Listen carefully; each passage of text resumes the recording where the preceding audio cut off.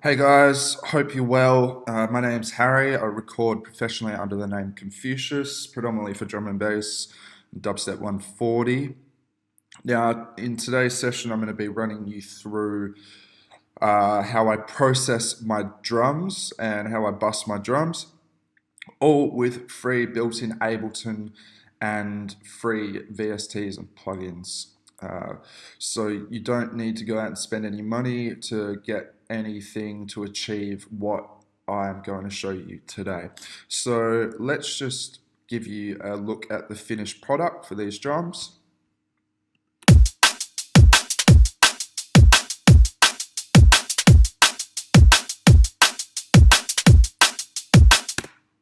Right, so let's just go ahead and open a new project. Change the BPM starters. Let's just start at 172. Now, 90% of the time I start with my drums when approaching a track. And the first thing I do when I start with my drums is find a good kick drum. So let's get the kick out of the little prep I've done today for today's session. So this is the raw kick that we've got. Right, so let's just go ahead by arranging that into a standard drum and bass kick pattern.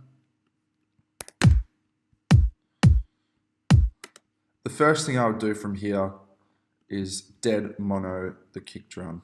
The main transient of your kick, your snare, and your sub should all be mono to help with the cleanliness of the mix and to ensure that no matter what speaker system you come through, the drums are always front, center, and punching through.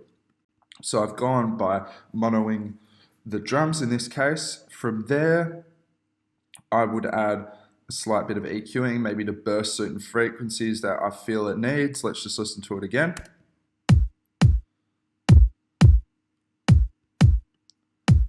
Maybe a bit more 40 hertz. Maybe a bit more 250 hertz. And a bit of top end to ensure that the kick's bright and will punch through.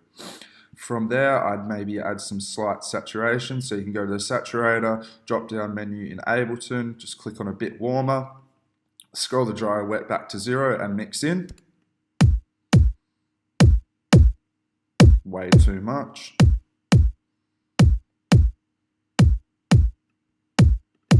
On, off, on, right, and maybe a slight bit of compression. Start by adjusting the the threshold, should I say. When I compress maybe 2 decibels just to help everything that's low to bring it to the center. Start adjusting the attack. So typically you would want a fast attack or a slow attack to ensure the main transient and a fast release so that the compressor then activates.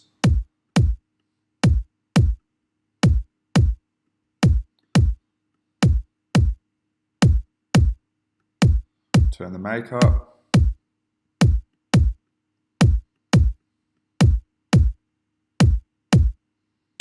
Sounds pretty good there. Right, let's move on to the snare. So let's grab the snare out. This is the snare I've gone with today. Now let's just zoom in on there. We want to make sure that the transients are hitting. We want to ensure the brightness of the transients. So let's go and just drag that to the front, do a slight bit of cutting, adjust the fades. Right, let's just duplicate that across.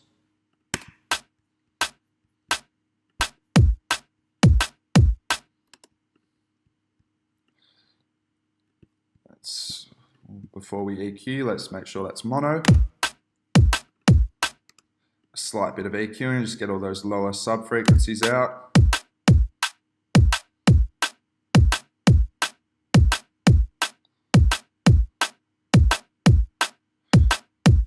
Just give the snare some body, maybe around 600 to 800 hertz.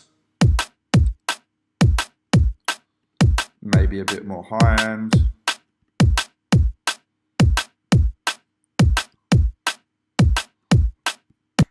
Okay.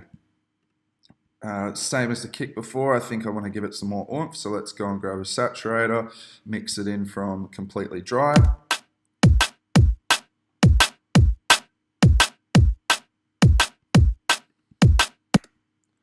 And some slight compression.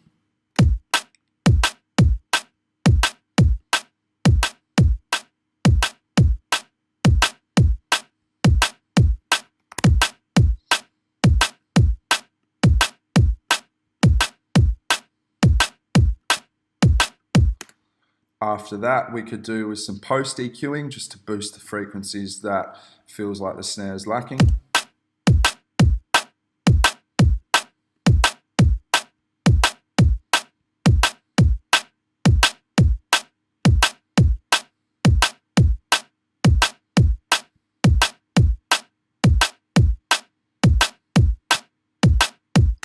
Right.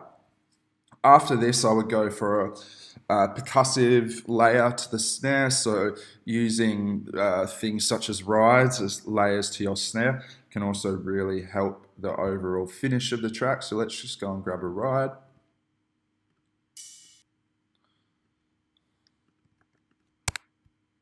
Let's just cut that so it sort of matches the overall length and time of the original snare.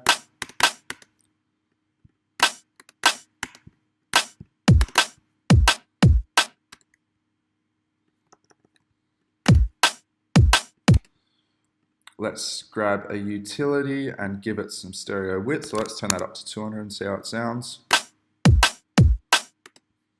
Okay. Some EQing.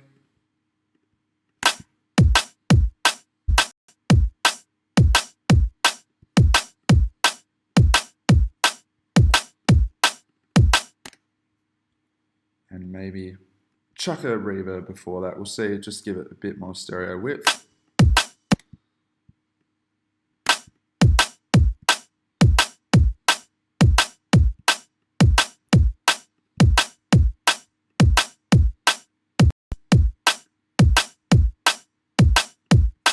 Now let's mix that in.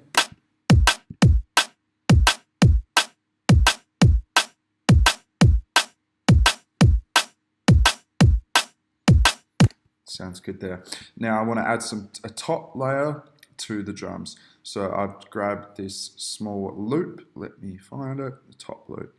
And we just want the kick and the snare purely in this circumstance to give it some more body. So let's adjust the fades and make sure there's no clicks and pops.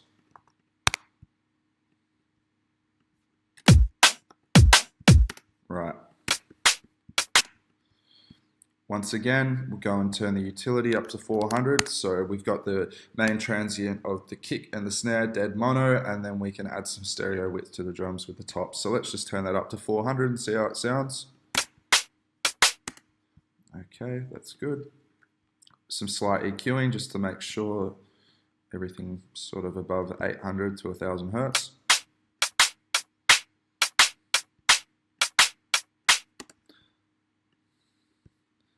And maybe a slight bit of selective reverb just to those higher frequencies. Very dry though, just to add a bit more width.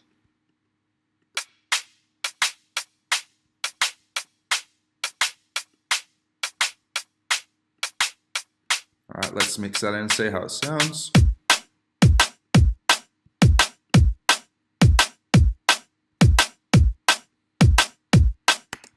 Beautiful. Let's move on to the hats. We're using very dry, clean samples, so you don't need to do too much processing to them. So in this case, let's just have a look at the hats. Let's just chuck these in and mix in.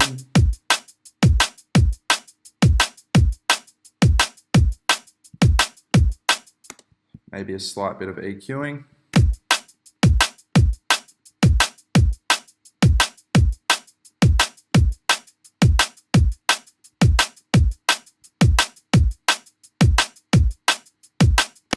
Beautiful. Let's add on to some more hats.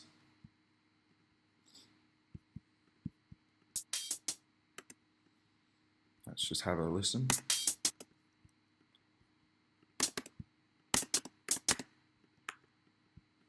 Okay, let's use these two.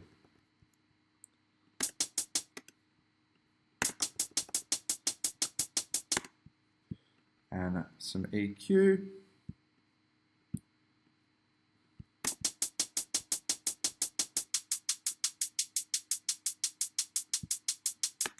Now, let's hear how that sounds.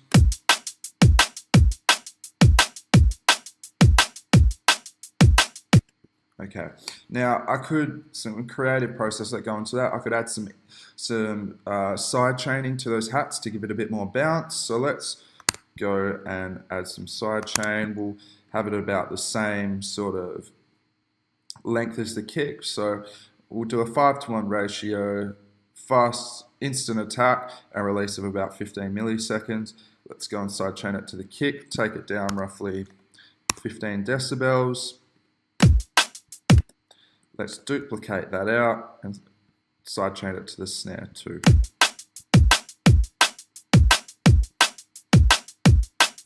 Instantly a bit more bounce. Right, let's move on to adding some rides over the top.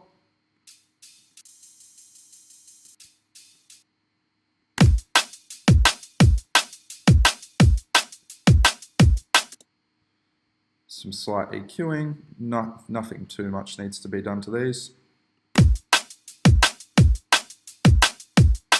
Maybe boost out that 5K.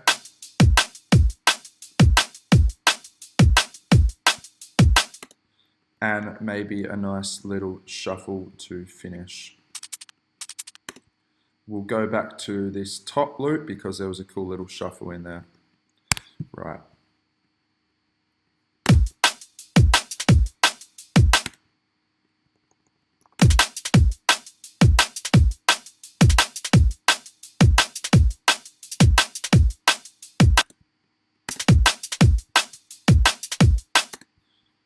Now, let's just quickly EQ out those frequencies that we don't want.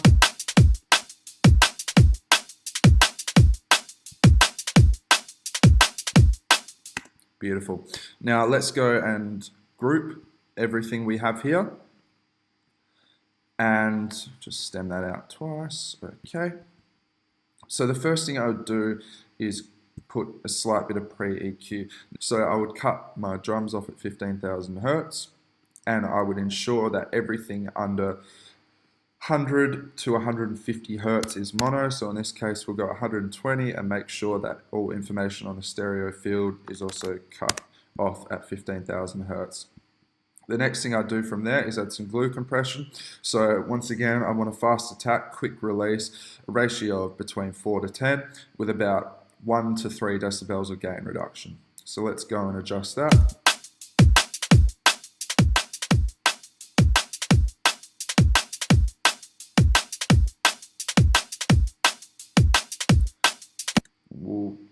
That release around 4 sounds good. Let's adjust the ratio from 4 to 10.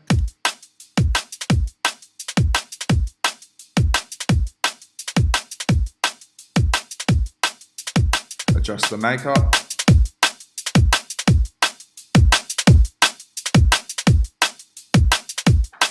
The soft clip. Sounds good with the soft clip on. And we'll set the dynamic range to 25 decibels. Mix it in from dry to wet. Right. Now after this, the next thing I would do is tone back the volume just a little bit. Beautiful. Now, just to compensate for the makeup of the compressor. Now after that, I would use I use the Frontier limiter, which is a free limiter made by D16. Very simple, and it is free off the D16 website.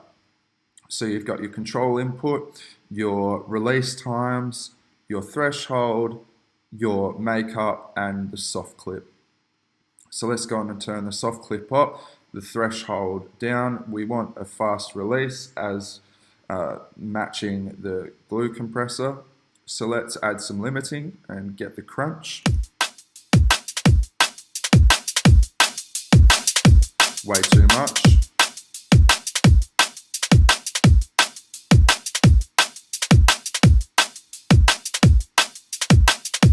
Beautiful, compressing about 6 decibels, that's what we want. Now we'll adjust the makeup. Sounds good. The soft clip, better on or off.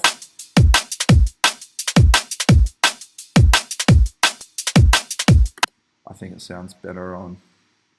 Now we'll finish it off with some shelf EQ.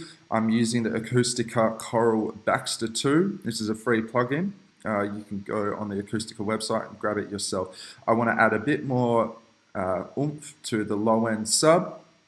So we'll start by using the shelf of everything under 116 decibels. So you've got your frequency band here and your gain to the right of it. So let's go and start adjusting everything under 116 to start. Too much. Let's try 98. 84.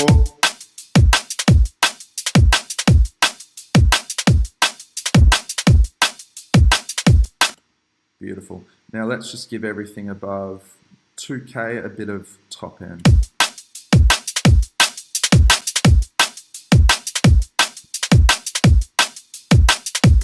Beautiful. Now that all sounds very nice and good. We could end the session there, but I'm going to help you add a bit more weight and depth to your drums. So let's just go ahead by clicking on the group, right clicking, and create return track. Now, we want to create a parallel compression bus so we can layer the dry with a wet signal so we can give it a bit more thud and impact. So if you go ahead, back to the glue compressor box, click the drop down and select drum full parallel, drag it onto the return track. Now, if you go ahead and turn the signal, the audio from our drum bus to the return track, take the volume all the way down and slowly mix it in.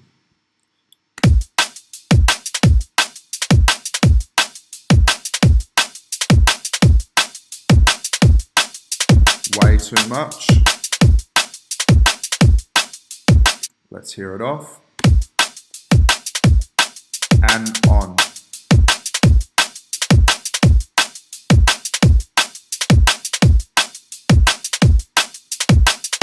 Off and on. Right. Now, from here, we could also add a distortion layer to the parallel, or we could add some reverb. At the moment, I don't think the drums need any distortion as they're very punchy. I think they sound rather electronic, so we could add some reverb to help make it sound more like a live break.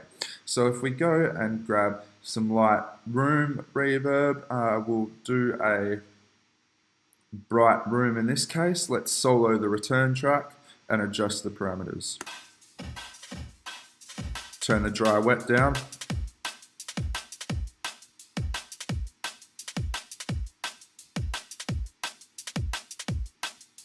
Now let's unsolo that. And no return.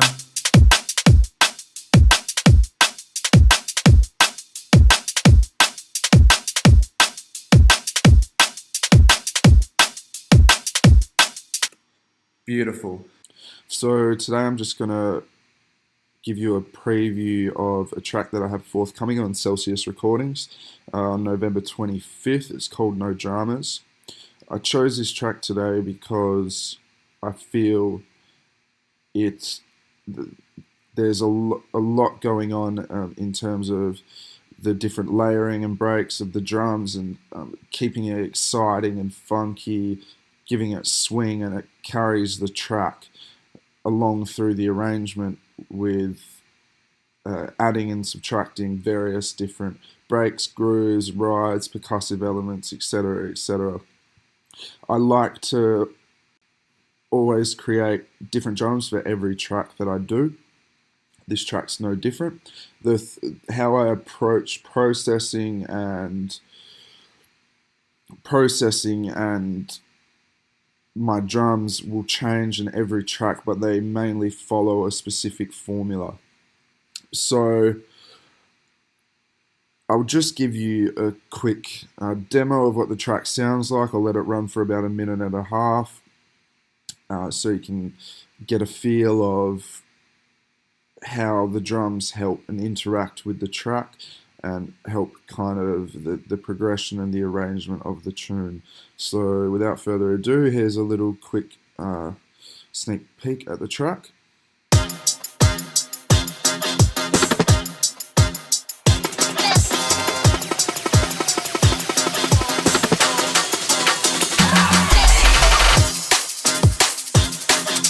Make your music stand out, get more views, and way more engagement. Bring your music to life. Get Music Visualizer in every format, even for social media. Get started today. The link is in the description.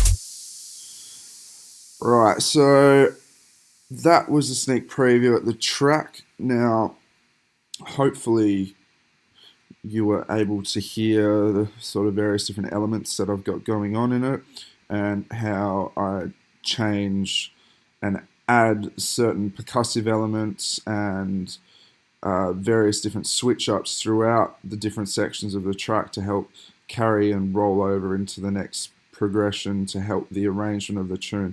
I like to have a lot of different elements and switch ups in my drums because it gives the tune dynamic and helps keep it interesting. I find a lot of tracks that I hear from, particularly in other genres and house and mainstream sort of music, they just have the one groove going on, like a very simple break, a very simple groove, and it just kind of sounds the same throughout the whole track, and it's not very interesting. So I like to take that to the next level and have every 8 to 16 bars add a switch up to help carry along the track, so it's not just the same break over and over again, and you're not relying on other elements of the track as much to help the progression, opposed to using the drums to help the progression, particularly in drum and bass, because the way I see it, what is the name of the genre? Drum and bass. So most importantly, I focus on the two main areas of the music, which are the most important: the drums, then the bass. So a quick look at the different sort of elements that I use. Now, with this track in particular, I just want to make it clear that because of the funky essence of the tune, and because I'm focusing a lot on the low end, I didn't go for a real solid kick drum. So it sounds like a real sort of mid-range, sort of 100 hertz punch with a bit of sub, so I can add the bulk of the meat in the low end. So this track, more often than not, I layer kicks. However, in this track, I've just gone with a DLR kick from one of his packs. Now, someone like DLR or Break or something like that, you can often get a lot of samples that are just really clean, and a lot of the processing and the finishing's already been done. So in this case, I've just monoed the drum, the kick drum, gave it a little spike in the areas that I felt like it was missing, just some top end sort of a click, and a bit more weight around that 45 hertz.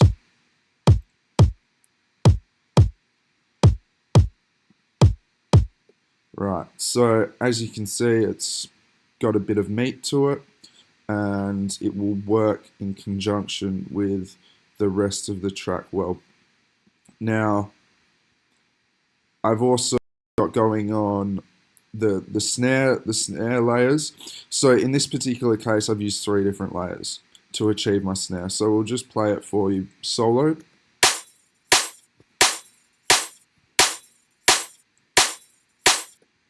Right. So in this case, I've used, I believe this is one of my tops.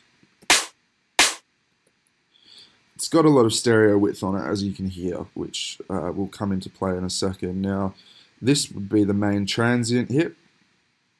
I've sampled a break, I believe. Now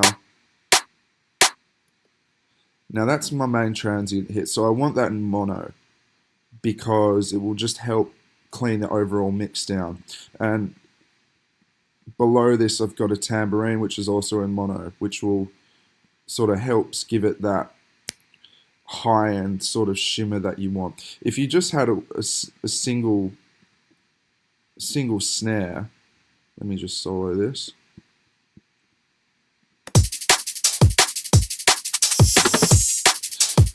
You can see how it sounds a bit sort of flat. Now if I add in the stereo layer,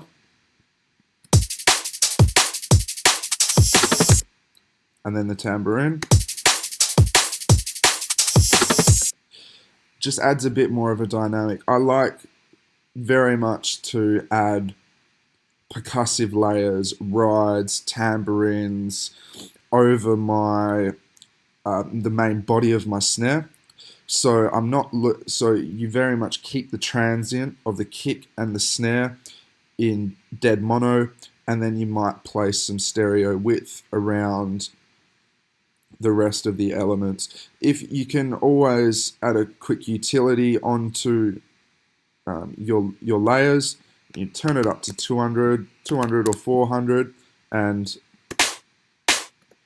then mix in over the other snares. Now, in this case, because I'm layering the snare, I've added a bit of glue compression, so let's just turn everything off. So I've layered the snare, all the different aspects of the snare. That's dry. I've then added a glue compressor. Now, fast attack, quick sort of release. Now, I left it on a ratio of 4:1 because I didn't want to overdo it, because there's still going to be processing going on in the actual drum group itself. Now, from there, I've added some limiting, really crunched it on the gain reduction, as you can see, compressing about gain reduction of about 6 decibels, and in the glue compressor, compressing about 2 to 3, so I didn't want to overdo it. I've then added this sort of rack, punchy drums, which isn't something that I use too often, but I found in this case it kind of helps give it a little bit of body. And then lastly, a bit of subtractive and additive EQing, just to get the sort of body of the track that I wanted. Now, because there's a lot of mid-range and low-end information going on with the rest of the track in the way of the music and the bass and the other breaks, I've kind of left this as more of a high-end, snappy snare, opposed to a low-end, weighty 150 to 250 hertz sort of thud, which in context of the track, actually it works, and it's what helps carry it along. Now, that's the kick and the snare sorted, so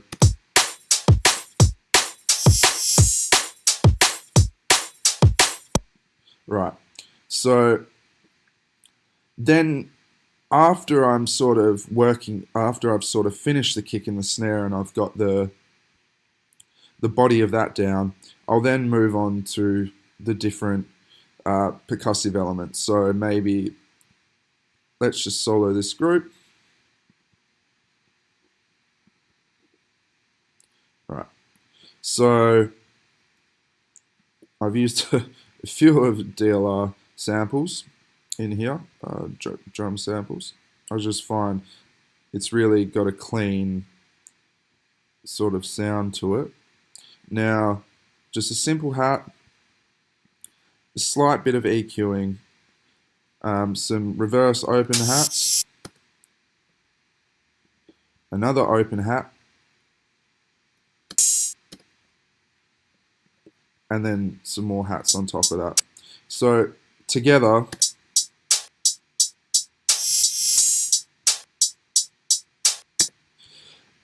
a lot of people you will find sort of just stick with, let's say,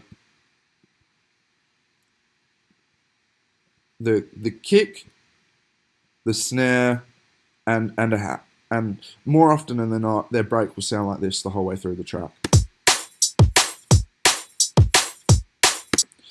To me, that's good to have it for a certain part of the arrangement, i.e. the intro drums, for example.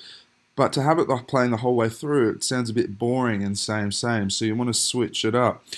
So then after that, the kick and the snare, I've gone on to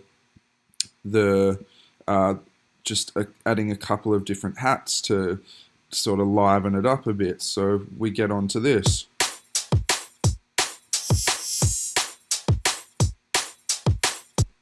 Instantly adds a lot of depth. It helps the track a lot. Now that's kind of my starting ground. So I've got the basic hat groove going on. Now that just helped to make it that bit more interesting and gave it a bit more swing and helped carry it through. We've got the reverse hi-hats in the reverse open hats into a open hi-hat, and then that kind of helps along. From there, I'll add some shakers and some more percussive elements. So here I've got, and then after that, I'll try and find what else can I put onto it. So I've put some shakers out of a track that I was making with Dose.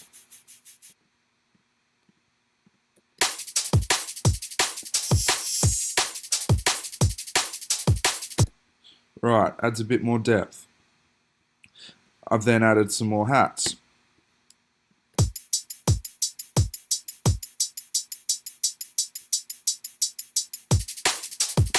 Now, I'll go down the arrangement and see what else I can add. So then I'll get into some more hats. Now, I've also just, as I've been flicking through, I'm just showing you that I haven't really touched the processing much on these individual hits because they're already clean sounds and they sound great. Maybe I might just do some slight EQing to get rid of certain frequencies that will clutter the mix, and they don't really need too much. Yes, you could go into more depth with side chaining certain percussive elements and hats, example, to the kick and the snare to give it a bit more bounce, but in this case it didn't really need it. I've just mixed them in to taste. Now I'm going to get on to the breaks. So you might have noticed that I've added some little shuffles. So adding little shuffles to help carry the groove into each section is good. Now, don't just keep the same little 2x loop going the whole way through. Add a couple of variations and iterations through it, and add and subtract. So in this case, I've added these little shuffles, and in context, let's just hear it again. Let's turn all this off.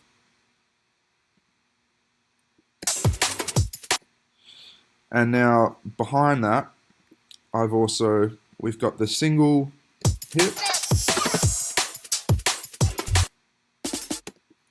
I've added a little drum roll behind the... That just really sort of helps make it interesting and carry it into the next section of the track. Let me just undo this and group all these and solo them.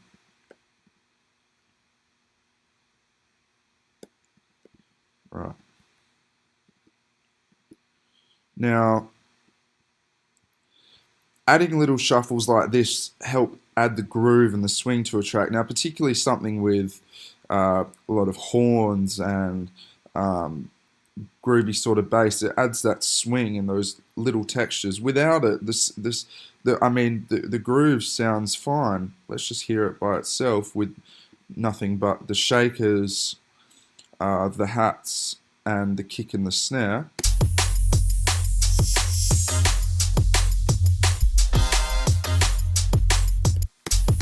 So it sounds okay, but we want to add a bit more excitement to it. So let's hear it with the shakers.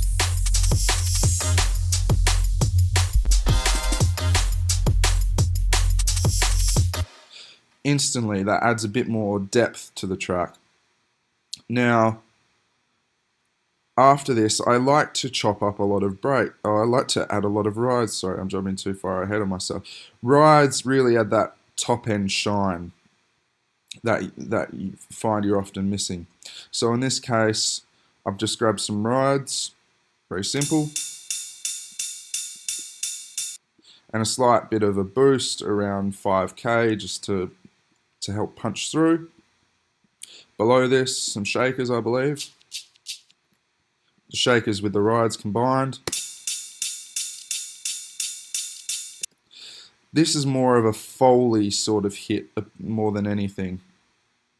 And it just helps, as you can hear, it gives it a bit more, makes it a bit more interesting. So I'll continue to go down and add different layers. I'll then get onto the breaks. So in conjunction with these two shuffles, you can hear that instead of just having one single shuffle,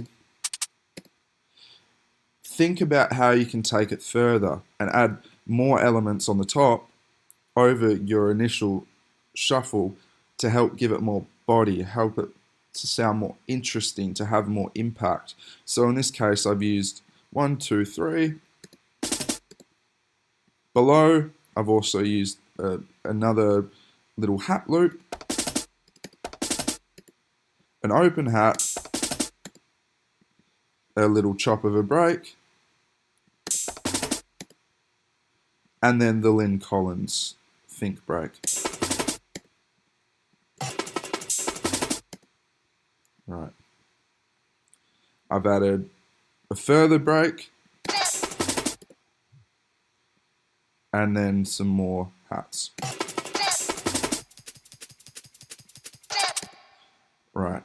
So that kind of goes into a bit of detail about adding the layering. Now, sampling old breaks is good because it just adds a bit more character to the drums. These are all the clicks, the Lynn Collins, the classic break that everyone knows about.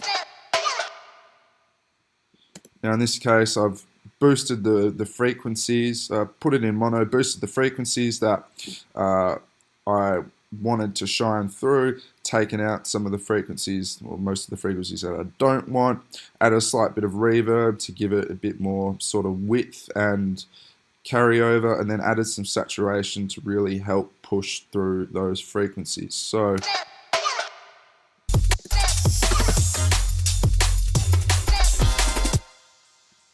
alright, let's turn all this off.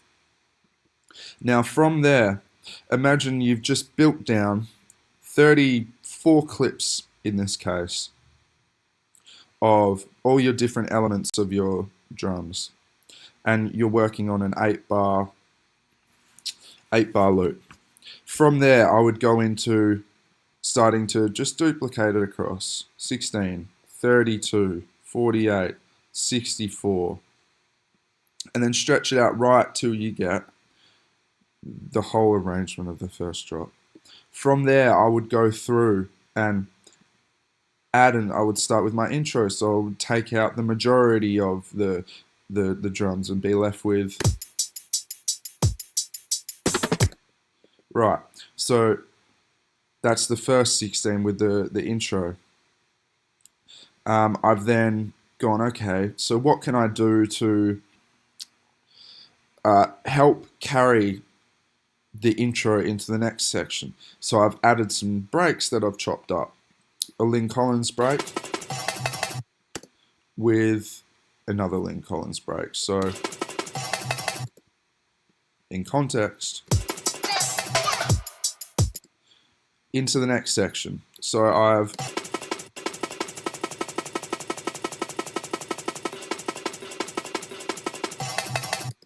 you might think, what the hell is going on there? In context, with all the little shuffles and the hats,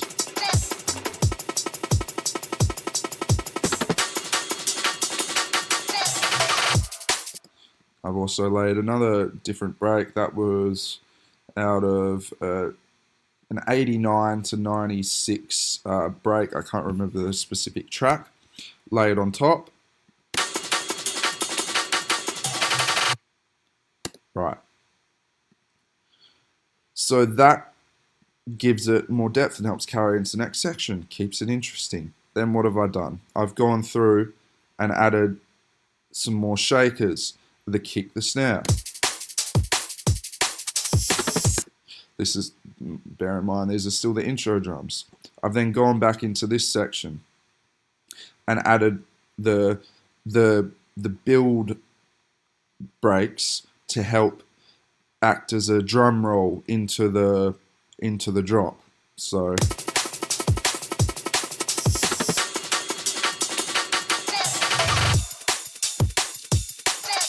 into the main drop with some rides, and then I'll go through every section one after the other, add little break chops and little vocal samples. So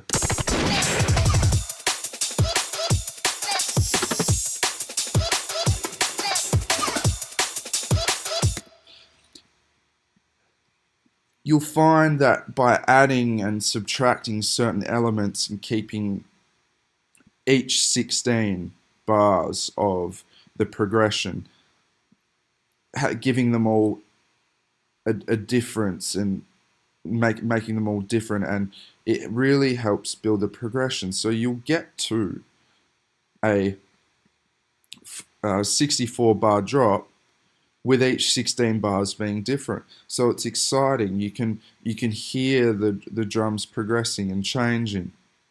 You can add some effects into your drum bus so they then get the overall, add the finish. So in this case, I've added, I think it's a scratch with a build drop. So a scratch with a gunshot with a little drum roll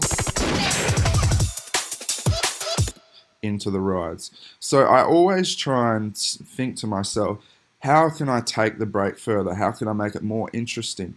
And then after a couple of hours of building up the different elements and adjusting them to taste, I will then go through and stretch the arrangement out. I'll start with the body of the drop, and then I'll work back to the intro and the joining elements that help carry and tie the tune along.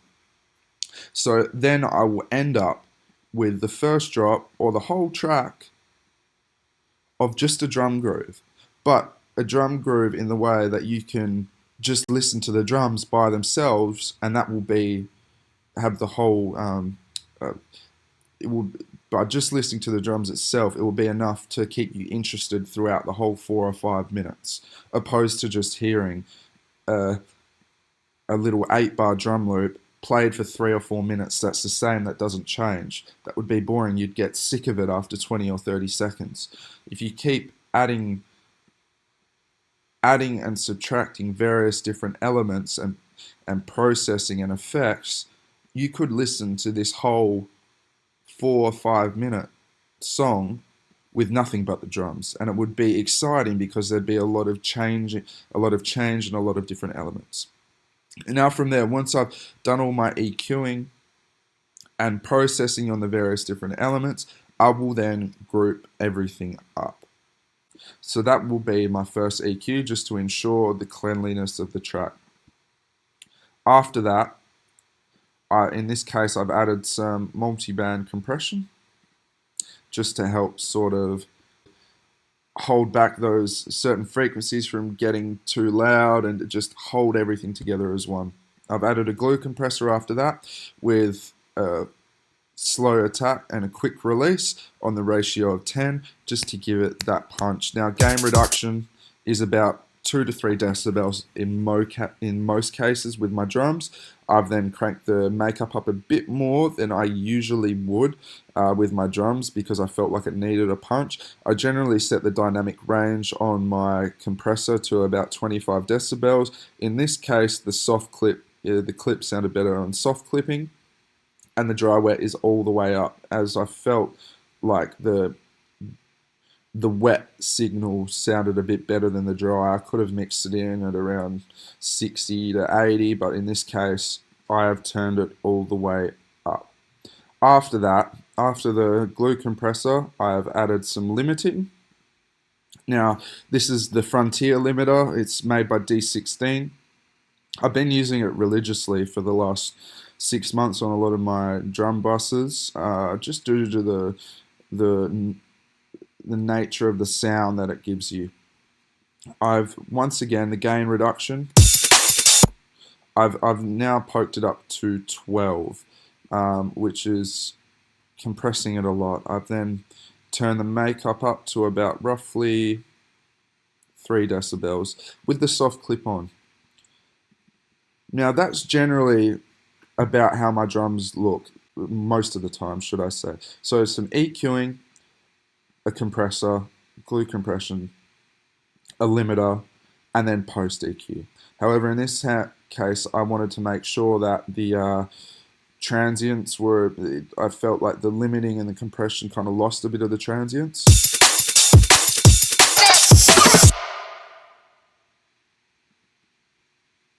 So I added a transient shaper.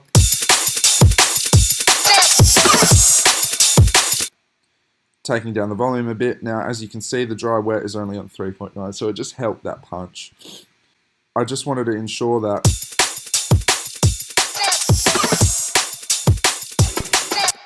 the transients and the body and the punch of the drums were definitely coming through. Now, I've turned down the overall volume because it was getting way too loud, and I wanted to make sure that I achieved a -6 decibel mix down for mastering.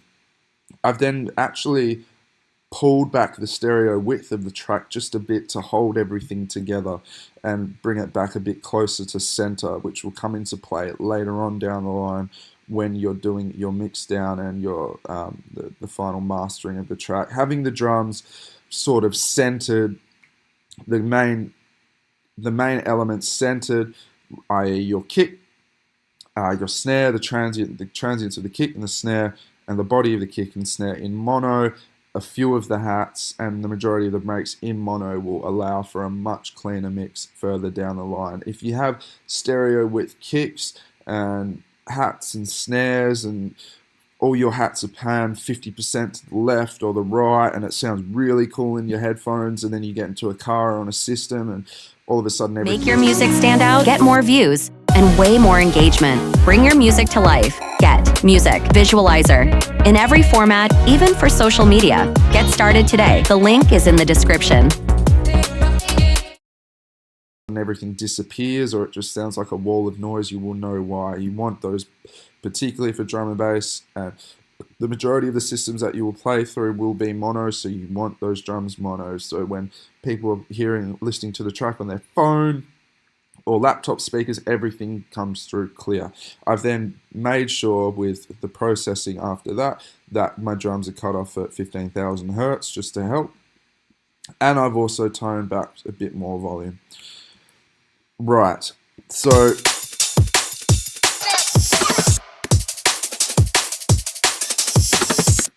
we have ended up with the processing of the drum bus. From there, I have then gone and created a return track.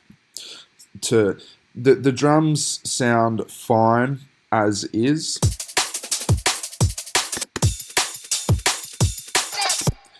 So you can hear that there's a lot of punch, everything sounds really good, but I want to ensure that I'm getting a lot more body and weight and oomph to my drums. So I will always set up a parallel compression bus. So in this case, I've sent all the audio to the return, the A return.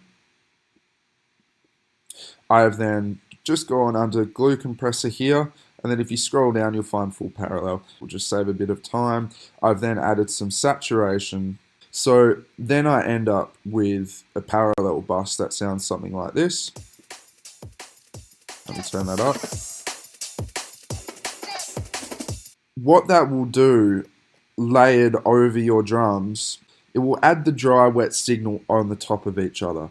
So then you'll get to mixing the track in, and let's just slowly mix this parallel in after a slight bit of tinkering with the effects.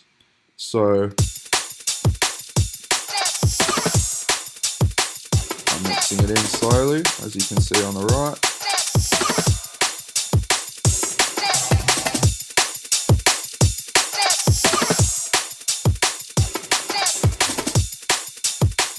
Off. On.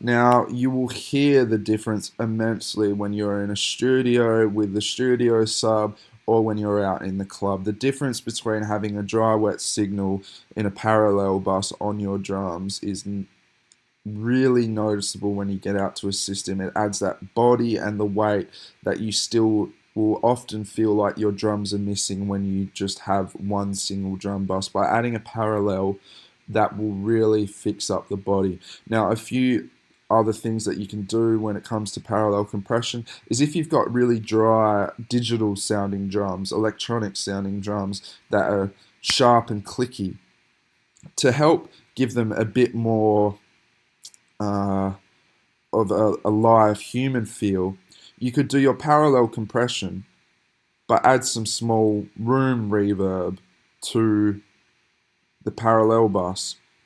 So in this case, my drums sound pretty sort of live with those breaks going on. But to increase that, I could add some reverb to that. I would low cut the input processing into the diffusion network. I'd add a little bit of pre-delay. I'd probably tone it back just so the reverb hits after the initial transient strike. Maybe turn the decay up a bit and turn the dry wet down. So this would be what the drum bus sounds like, or the parallel bus. Let's turn that up.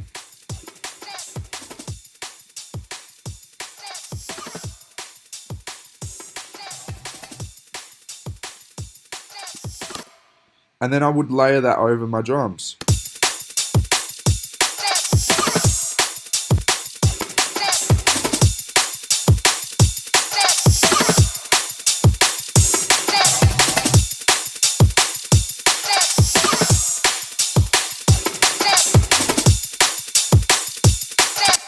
As you can hear, that gave it a lot more of a live